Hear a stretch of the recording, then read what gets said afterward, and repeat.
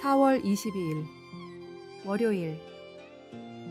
요새를 준비할 때. 이스라엘 남부에 위치한 마사다는 국립공원이자 성지로 히브리어로 산성을 의미하는 미스갑에서 유래한 요새란 뜻을 가집니다.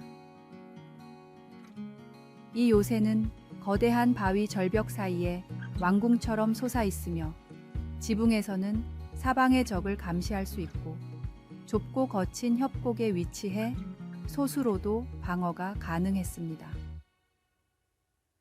로마가 이스라엘을 공격했을 때 마사다는 최후의 저항군이 몸을 숨기고 로마군의 포위에도 불구하고 2년 이상 버틸 수 있었던 곳입니다. 이 요새는 로마군의 침입 40여 년 전 이스라엘이 평온한 시기에 지어졌습니다.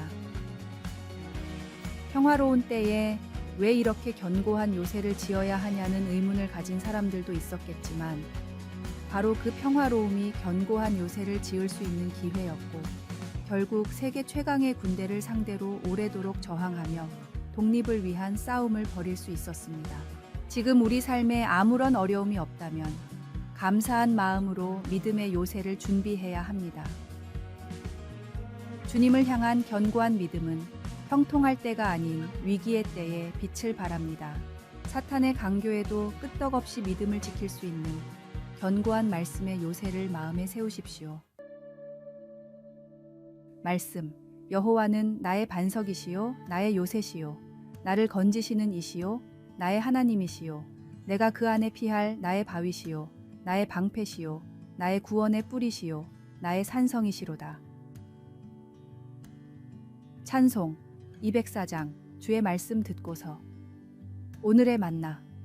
평화로운 시기에 준비된 믿음의 요새는 위기 속에서 진가를 발휘합니다.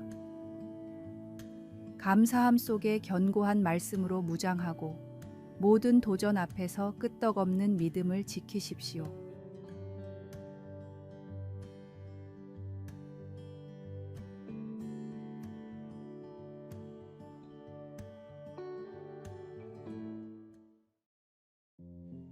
(4월 23일) 화요일. 하나님의 은혜를 재부팅하기. 최근 수십 년 동안 영화 산업에서 재부팅이라는 현상이 점차 두드러지고 있습니다. 이 용어는 기존의 이야기를 새롭게 되살려 활기를 불어넣는 것을 의미합니다. 재부팅은 친숙한 슈퍼히어로, 이야기나 동화를 새롭게 해석하기도 하고 더 적게 알려진 이야기들을 현대적 관점으로 재창조하기도 합니다. 이 과정은 이야기에 새로운 모습을 부여하는 것이며 과거에 대한 새로운 이해와 새 생명을 부여하는 기회로 작용합니다. 재부팅과 연관된 또 다른 이야기가 있습니다. 그것은 복음 이야기입니다. 그 이야기에서 예수님은 죄를 용서하시고 풍요롭고 영원한 생명을 주시겠다고 우리를 초대하십니다. 예레미야 애가에서 예레미야는 우리를 향한 하나님의 사랑으로 인해 우리의 하루하루가 재부팅 된다고 말합니다. 여호와의 인자와 긍휼이 무궁하심으로 우리가 진멸되지 아니함이니이다. 이것들이 아침마다 새로우니 주의 성실하심이 크시도소이다. 하나님의 은혜로 우리의 하루하루는 하나님의 신실하심을 경험하는 새로운 기회가 됩니다. 우리가 자신의 실수의 결과로 고통받거나 다른 어려움들을 겪고 있다 해도 하나님의 성령은 용서와 새삼 그리고 희망을 날마다 새롭게 불어넣어 주십니다. 하루하루가 일종의 재부팅으로 위대한 감독이신 하나님의 인도하심을 따라 우리의 이야기가 그분의 더 큰 이야기 속으로 함께 엮어져 가는 기회가 됩니다. 말씀. 여호와의 인자와 긍휼이 무궁하심으로 우리가 진멸되지 아니함이니이다. 이것들이 아침마다 새로우니 주의 성실하심이 크시도소이다. 찬송 393장.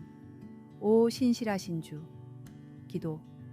주님, 매일을 우리 삶의 새로운 시작을 선물로 주시며 당신의 긍휼과 신실함 속에서 우리가 새 희망과 용서를 발견할 수 있도록 인도해 주소서.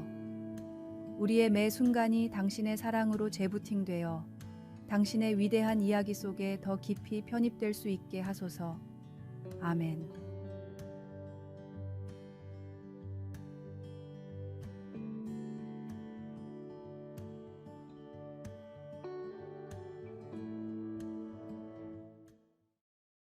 (4월 24일) 수요일. 분을 다스리는 몇 초. 같은 범죄를 저질러도 우발적으로 저지르는 범죄는 계획적으로 저지르는 범죄보다 형량이 낮습니다. 생각해보면 홧김의 분을 참지 못하고 죄를 저지르는 사람이 참 많습니다. 분노의 감정은 그만큼 강렬합니다. 분노를 잘 다스리기 위해서는 어떻게 해야 할까요? 일본의 분노관리협회는 아무리 화가 나더라도 6초만 참으라고 권고하고 있습니다. 분노는 뇌의 전두엽에서 촉발되는 감정인데 보통 화가 났구나라고 느끼는데 6초가 걸리기 때문입니다. 6초가 지나면 이성이 작동하면서 화가 난 이유와 합리적인 해결책이 떠오른다고 합니다. 서울백병원 분노관리센터에서는 15초를 기다리라고 권고했습니다. 분노의 감정을 느끼고 사그라들기까지 평균적으로 걸리는 시간입니다. 분노 때문에 한 번의 기분 나쁜 일을 겪으면 15번의 좋은 일을 겪어야 상쇄될 정도로 분노의 영향은 오래 갑니다. 되도록 자기 자신에게도 다른 사람에게도 화가 날 일은 하지 않는 것이 가장 좋을 것입니다. 성경은 마음에 품은 분을 하루가 넘게 갖고 있지 말라고 가르치고 있습니다. 마음속에 차오르는 분노는 어쩔 수 없지만 주님이 주신 지혜로 그 분노를 지혜롭게 관리할 수는 있습니다. 분을 지혜롭게 다스리는 사람, 더 나아가 분을 품을 일을 만들지 않는 현명한 사람이 되게 해달라고 주님께 간구하십시오. 말씀. 분을 내어도 죄를 짓지 말며 해가 지도록 분을 품지 말고. 찬송 66장. 다 감사드리세. 오늘의 만나. 모든 일을 주관하시는 주님을 생각하며 모든 일에 감사하며 살게 하소서. 순간의 초를 다스려 생활에 적용해 봅시다.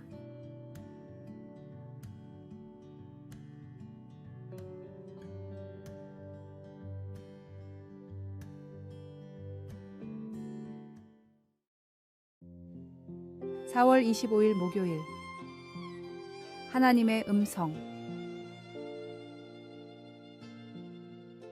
과학자들은 오랜 연구 끝에 늑대들이 서로를 구별하는 독특한 목소리로 의사소통한다는 사실을 발견했습니다.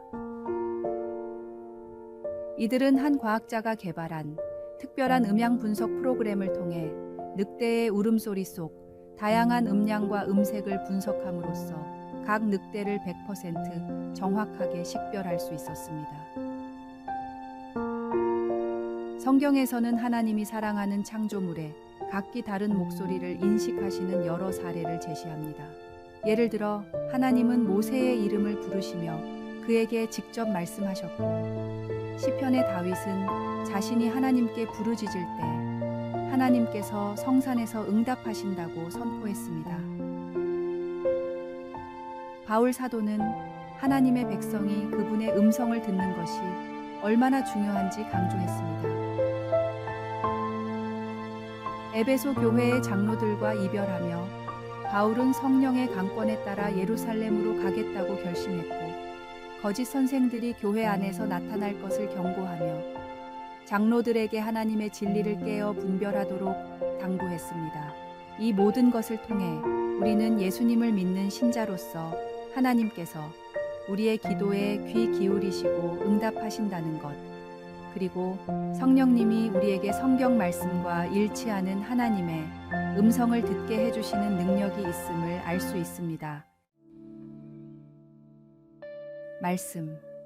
지금 내가 여러분을 주와 및 그 은혜의 말씀에 부탁하노니 그 말씀이 여러분을 능히 든든히 세우사 거룩하게 하심을 입은 모든 자 가운데 기업이 있게 하시리라. 찬송 195장. 성령이여 우리 찬송 부를 때. 기도. 하나님, 세상의 잡음이 저로 하여금 하나님으로부터 멀어지도록 위협할 때 하나님의 목소리를 알아듣고 순종할 수 있도록 도와주소서. 아멘.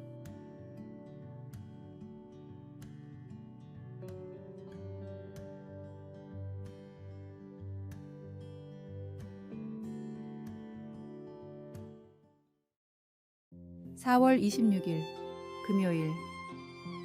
진짜 건강의 비결. 토끼 효과라는 학설이 있습니다. 미국 조지아 공과대학교의 네렘 교수는 토끼들에게 고지방 사료를 먹이면서 콜레스테롤 수치를 측정하는 연구를 하고 있었습니다.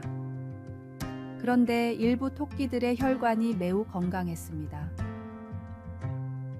토끼들은 실험실에 갇혀 운동도 할 수 없었고 모두 같은 양의 사료를 먹고 있었습니다.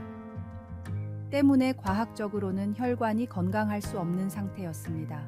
실험에 문제가 있다고 판단해 면밀하게 과정을 검토하던 네렘 교수는 놀라운 사실을 발견했습니다. 고지방 사료를 먹으면서도 혈관이 건강한 토끼들은 연구원들이 이름을 붙여 소중히 돌본 토끼들이었습니다. 같은 환경, 같은 사료였음에도 사람과 관계를 맺은 토끼들은 매우 건강했습니다. 네렘 교수는 아마 사람에게도 이와 비슷한 상호작용이 존재할 것이라고 예측했습니다. 추후 진행된 연구에서 75세 이상 노인의 가장 큰 사망 원인은 대인관계의 부재로 밝혀졌습니다. 토끼처럼 사람도 다른 사람과 건강한 관계를 맺지 않고서는 건강하게 살아갈 수 없었습니다. 하나님은 사람을 혼자서 살 수 없게 창조하셨습니다. 하나님을 만나는 것이 가장 중요한 일이지만 주님 안에서 형제 자매들과의 경건한 교제도 하나님이 기뻐 받으시는 예배입니다. 하나님이 허락하신 관계 안에서 아름다운 교제를 나누십시오. 말씀. 그것은 얻는 자에게 생명이 되며 그의 온 육체의 건강이 됨이니라. 찬송 221장. 주 믿는 형제들. 오늘의 만나. 주님, 주변의 모든 사람과 좋은 관계를 맺게 하소서. 따뜻한 말과 행동으로 상대방을 배려하는 삶을 삽시다.